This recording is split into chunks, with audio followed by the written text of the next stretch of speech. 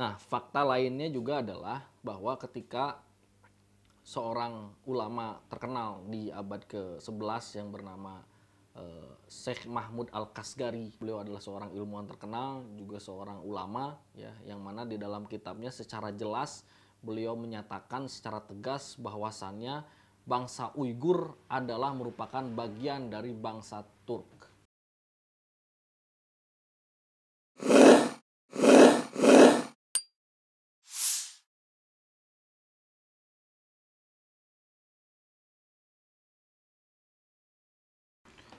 Halo teman-teman Explore, ketemu lagi dengan saya Angga, masih di acara kesayangan kalian semua yaitu Explore Insight. Dan pada hari ini kita masih membahas satu tema yang sama, yaitu seputar Uighur.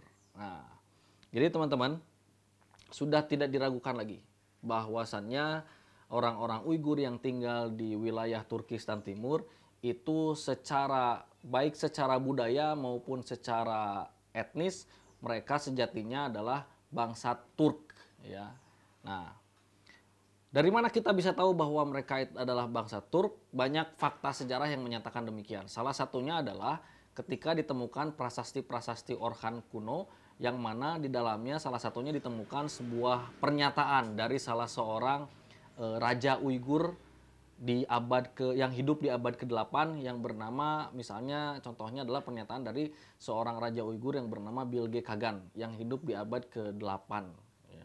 Di situ dia menyatakan bahwa dalam manuskripnya ditulis bahwa 9 August, ya, kalau di sumber yang sudah saya sampaikan sebelumnya di literasi bahasa Inggrisnya disebutkan bahwa dia menyatakan 9 August were mine. Ya, artinya 9 Agustus adalah milikku.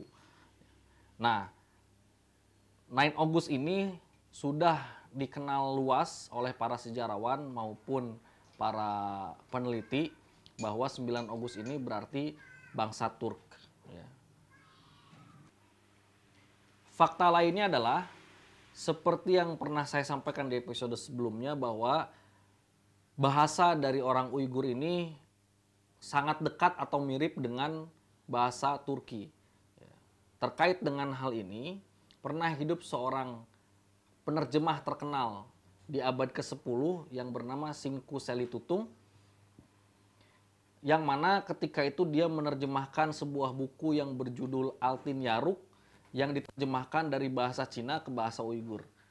Maka ketika dia menerjemahkan buku tersebut, beliau banyak menggunakan istilah-istilah bahasa Turki atau istilah-istilah bahasa Turki Uighur untuk mendeskripsikan atau menggambarkan bahasa dari bahasa Uighur itu sendiri. Nah, sebelum lanjut, saya mau minum dulu. Haus.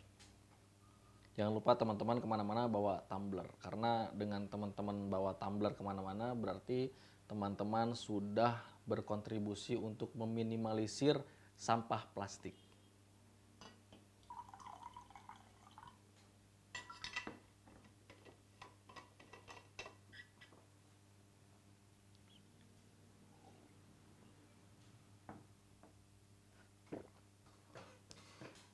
Nah, fakta lainnya juga adalah bahwa ketika seorang ulama terkenal di abad ke-11 yang bernama Syekh Mahmud Al-Kasgari yang berasal dari Kasgar. Kasgar sendiri adalah ibu kota dari Turkistan Timur yang hari ini berubah nama menjadi Xinjiang. Itu beliau pernah menulis sebuah kitab yang berjudul